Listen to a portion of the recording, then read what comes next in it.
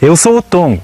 Eu vivo aqui no sudoeste do Paraná desde o início do século passado, quando os castelhanos vinham apanhar erva mate por essas redondezas. Eles vinham em torno de 20 a 30 pessoas e eles vinham tudo em grupo, vinham num dia a pé até ali, tiravam a erva, no outro dia faziam tudo feixes, cada feixe aproximadamente 30 quilos, que eram 2 arrobas, e faziam uma alça da taquara, e no outro dia, do clarear o dia, saíam ali, a pé, dali, para chegar de tardezinho, lá no Pinhal São Bento.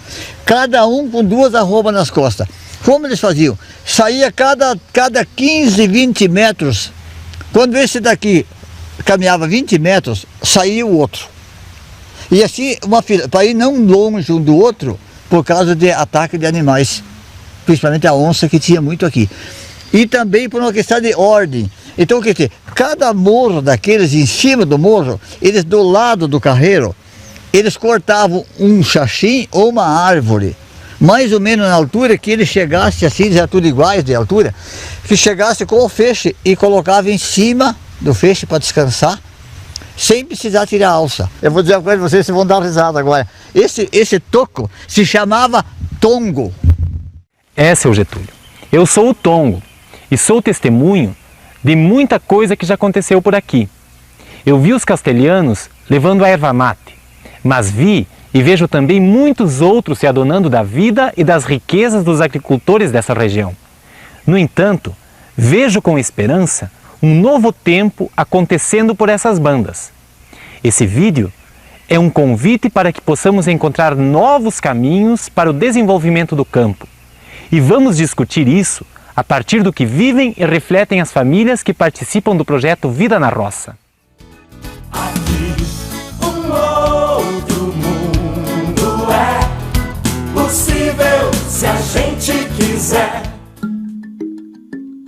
O projeto Vida na Roça, ou PVR como tem sido chamado, é uma dinâmica de desenvolvimento local que, por vontade e decisão dos jovens, crianças, mulheres e homens, iniciou em 1996 no Jacutinga e hoje se estende para outras 13 comunidades dos municípios de Francisco Beltrão e 2 vizinhos na região sudoeste do Paraná.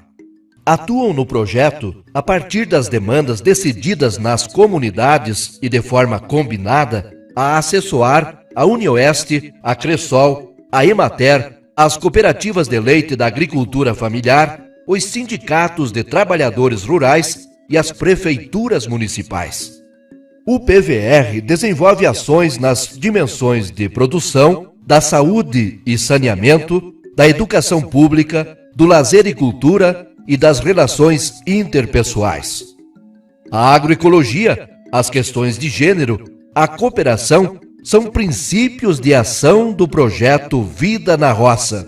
As ações visam o fortalecimento da autonomia da população do campo, a recriação de políticas públicas e a melhoria da qualidade de vida. Em síntese, o PVR quer contribuir para o fortalecimento de uma outra concepção de desenvolvimento do campo. Quem vai nos contar aqui como tudo começou e como isso está reanimando a vida das comunidades são essas famílias do Jacutinga e do assentamento Missões, que se reuniram especialmente para este depoimento coletivo. O nosso solo estava degradado, as técnicas de plantio já não estavam mais trazendo resultado, né? Essa de queimar, de roçar. Os nossos jovens não tinham mais vontade de ficar aqui, não viam futuro, né? Estavam pensando em ir para a cidade, muitas famílias saindo, muita gente indo embora para a cidade, para Joinville principalmente. E nesse contexto, assim, a comunidade estava preocupada, né? Tínhamos que fazer alguma coisa para continuar aqui e continuar bem.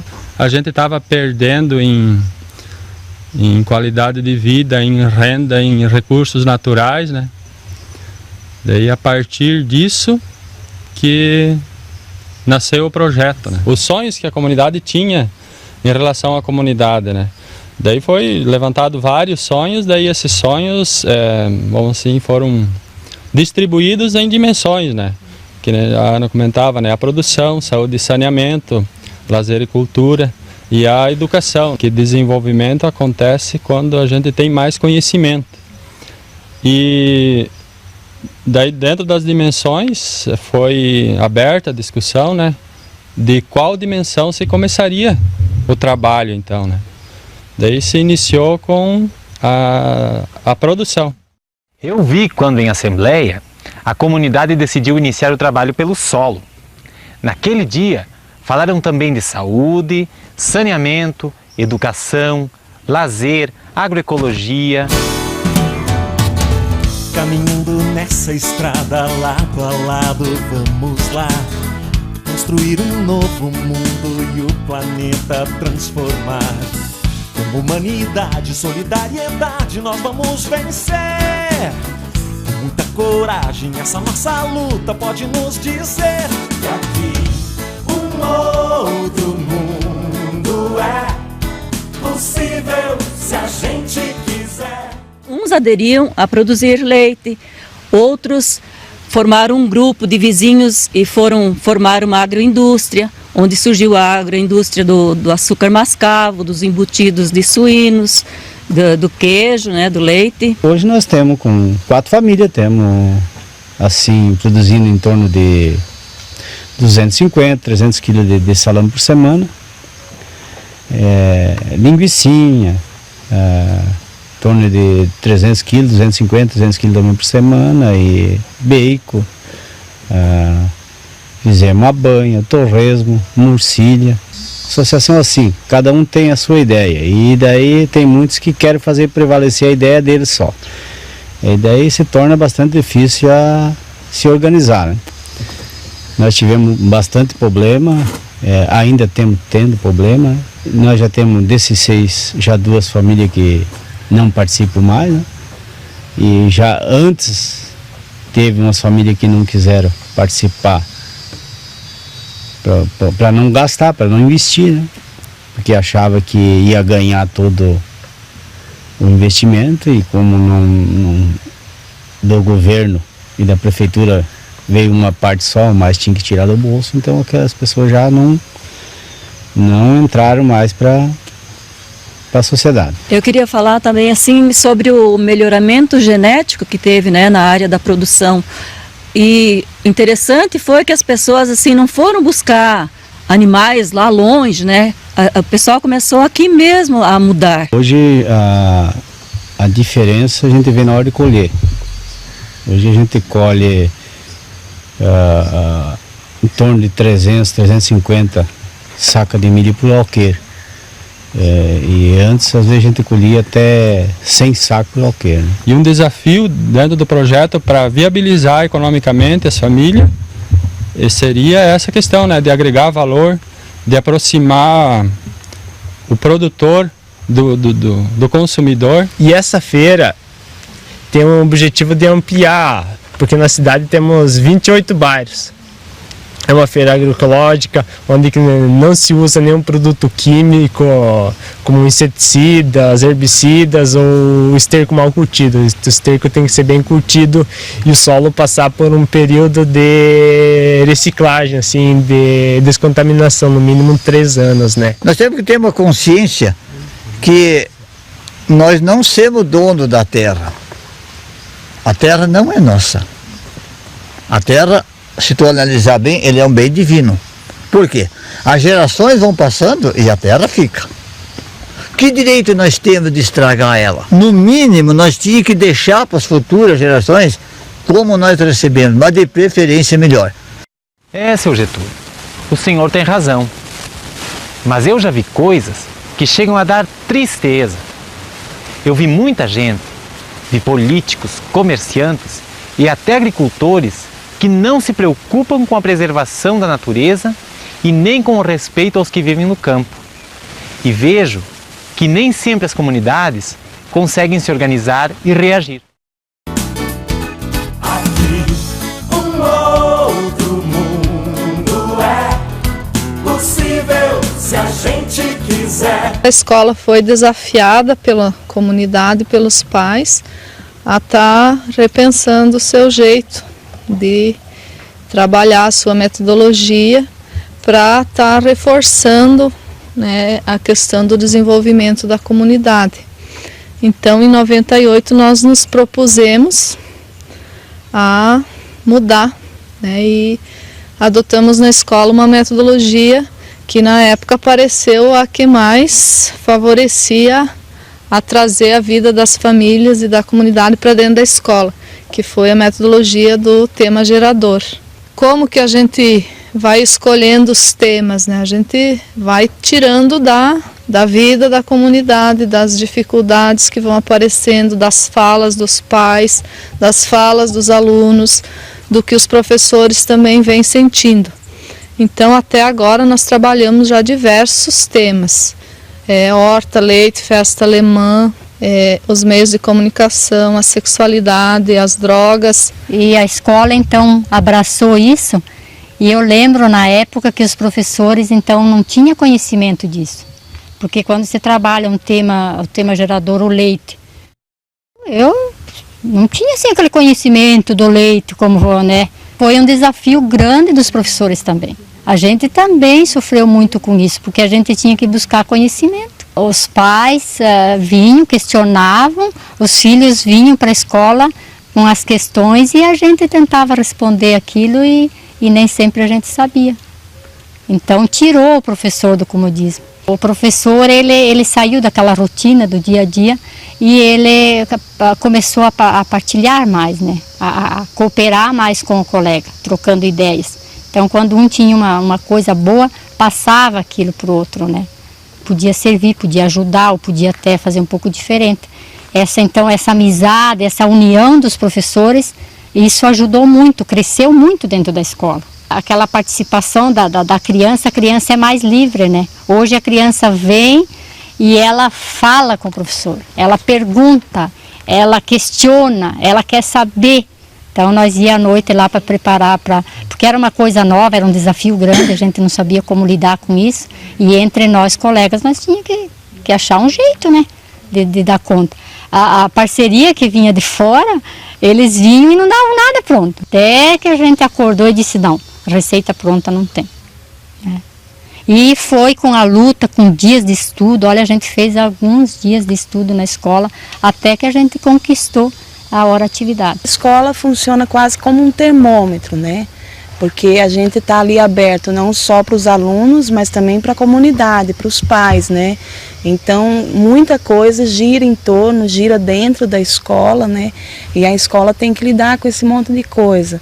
E o desafio maior, quando a gente, por exemplo, pega os temas geradores que se relacionam mais com relações, né? Com essa coisa da pessoa, de ideias, de conceitos, de moral, é como você encontrar um polo onde você consiga trabalhar isso, né, sem que você interfira de forma muito incisiva dentro das realidades das famílias, mas que você também não fuja da realidade que o adolescente, o jovem tem hoje, que é uma realidade diferente dos pais, dos avós. Com os temas geradores a gente sabe mais, a gente tem mais polêmica, a gente sabe debater melhor os assuntos da vida, não agora, mas também mais pra frente, tipo, saber saber a postura que você pode ter diante de algum problema que vai aparecer mais pra frente. E assim, na escola a gente busca também não só aprender, mas também ensinar. A questão, por exemplo, da sexualidade, a gente comentar em casa quando a gente era pequeno, não existia esse espaço, né? Era uma coisa assim, um tabu que não tinha como a gente conversar, né? E hoje a gente conversa isso tranquilamente, né? Educador é aquele que não para nunca, né? Que tem que estar estudando o tempo todo, que, como a Mônica colocou, cada coisa que acontece, cada dificuldade que surge é uma ponte, é um impulso para que você melhore, para que você se atualize, supere, enfrente a dificuldade, né? Porque antes de ser educadores nós somos seres humanos, né? O próprio tema gerador, ele nasce nas outras dimensões do projeto da Ana Rosa. Quando você começa a estudar o solo com os agricultores, quando você começa a estudar, enfim, os vários temas que foram estudados nas próprias linhas, nos grupos, eles também são temas geradores, porque é justamente o que é o tema gerador, é a gente partir dessa pesquisa, dessa demanda que a comunidade vai apresentando, a gente ir organizando um planejamento de estudo, mas não só para estudar e para ficar, para algumas pessoas se apropriar, mas o tema gerador ele é justamente a gente estudar toda essa demanda para que a gente possa, de forma organizada, devolver isso com a comunidade para que ela possa melhorar a sua qualidade de vida. Todo esse trabalho que nós começamos aqui em Francisco Beltrão, no Jacutinga, no projeto Vida na Roça, da formação de professores, a gente logo começou a se olhar a nível de Brasil e de se enxergar não sozinhos, mas de ver que em outros lugares, outros sujeitos, outras pessoas também estavam fazendo esse movimento, né? E aí com todo esse trabalho, então se junta as entidades, os movimentos sociais que estavam discutindo a educação do campo, que estão discutindo, e se cria então uma articulação regional da educação do campo, que está ligada à articulação estadual da educação do campo, e que esse movimento que também está ligado a nível nacional, a articulação nacional da educação do campo, que luta então também nessa dimensão, que juntamente com o MEC cria as diretrizes nacionais para uma educação do campo. Por que projeto? Por que eu vou participar? O que eu ganho em perder um dia estar aqui? Mas bem, se não fosse o projeto, nós estaríamos aqui conversando. E estaria aqui conversando o quê? Então a gente assim, jamais um agricultor tipo eu, Tobias, né, de repente nós conversamos de igual para igual com o professor de faculdade. Você acha isso pouco? Pois eu acho que quando os agricultores familiares adquirirem esse nível de consciência e de organização, o campo recuperará a alegria e será um dos melhores lugares para se viver com qualidade e com dignidade. Aqui um outro mundo é possível se a gente quiser. A alimentação é fundamental para a gente ter uma boa saúde, né? A gente assim, visitando famílias, a gente vê que eles têm a preocupação em ter sua horta, né, de produzir a sua verdura sem agrotóxico. E todos estão preocupados em comer bastante salada, né? Diversas saladas na refeição, coisa que antigamente ninguém se preocupava. Ele almoçou na casa da Maria, né? Então o que ele percebeu? Ele disse assim, mas hoje eu almocei na casa de uma mulher, ela soube bem variar a comida, cores. Ele sempre se referia a 5 cores a gente deveria ter na alimentação, né? Entre elas, bastante o amarelo, porque ele contém o beta-caroteno, né? A dimensão da saúde e saneamento também foi detectado, sim, vários assuntos, né? Temas que precisavam ser trabalhados como conscientização e também com algumas atitudes, né? Dentro dessa dimensão se trabalhou muito a questão da água, né, da proteção de fontes, a questão do lixo, né, como conscientização e também um mutirão para limpar os nossos riachos. E hoje está organizada a coleta do lixo mensalmente. Foram feitos exames de sangue, né, para ver a questão da intoxicação, né, na comunidade, porque aqui também o veneno ainda é um problema e precisa ser trabalhado a conscientização do uso de agrotóxico para chegarmos ao ponto de não precisar mais usá-los, né? Mas a gente vê que isso é um processo lento, né? Na questão dos rios se fez todo um trabalho de recuperação das matas ciliares, né? Alguns já estão praticamente toda recuperada, né? A mata ciliar. Estava assim bastante abandonada, pode expor, estava abandonada. Aí então agora de uns 2 anos para cá, 3 anos por aí, foi dado uma reativada. E, então, principalmente aí no futebol de salão, hoje temos aí equipe, temos times tem crianças, tem de 10 anos, tem de 12 anos, tem de 17 anos, tem de mulheres, tem de veteranos, tem até de vovô jogando bola. E a autoestima das pessoas também melhorou muito, né? As pessoas estão alegres. Acabou identificando um limite do relacionamento interpessoal, né? Porque, como eu disse, o jeito que a escola é pensada, a família, ela não leva muito à cooperação, né? Leva mais ao individualismo, né? Tem espaço para todos, né? Para todos viver bem, né? E mais para garantir Esse espaço a gente tem que garantir um relacionamento bom. E é um trabalho assim difícil, a gente abrir essa fala, né? As minhas dificuldades de se relacionar com o esposo, com os filhos, com o meu colega de trabalho.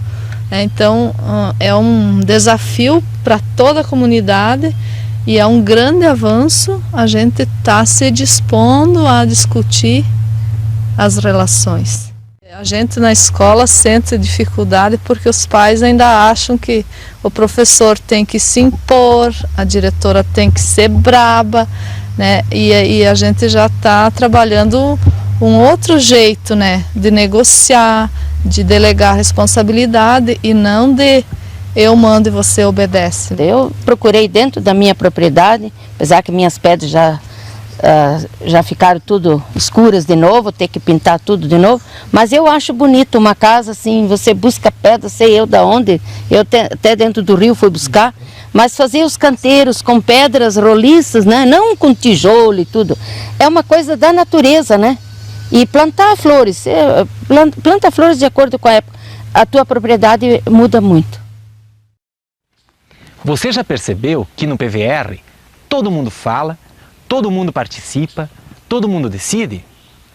Tem gente que acha isso uma bagunça.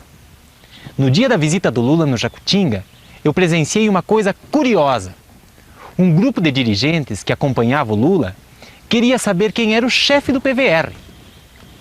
Eu vi pessoas tentando explicar que no PVR não havia chefe, mas uma coordenação compartilhada pelas diferentes dimensões do projeto. Entretanto, para muita gente, a pergunta permanece. Afinal, quem manda no PVR? Ele tem uma coordenação local e quem faz parte dessa coordenação local? Na área de produção, cada linha tem uma pessoa que faz parte da coordenação da produção. Na área da educação, vem mais a escola, né, representando. Na dimensão da saúde e saneamento, tem uma coordenação com pessoas das linhas e da vila. Na área da cultura e do lazer, ela se desdobra, né? Tem várias iniciativas dentro da cultura e lazer, que é o esporte, tem dentro da cultura e lazer o teatro, né, que é um grupo de jovens que tem uma coordenação, que participa do projeto Vida na Roça. Tem um infanto juvenil, que é o MASC, tem mais um grupo de teatro, e tem ainda o grupo de dança, que também tem uma equipe que coordena e que está sempre na reunião da coordenação. Então a coordenação na comunidade é composta de mais ou menos umas 30 pessoas. Ali se debate, ali existe assim uma união, existe assim um certo respeito de ouvir o outro, que deixar o outro também expor a sua ideia, deixar o outro também falar.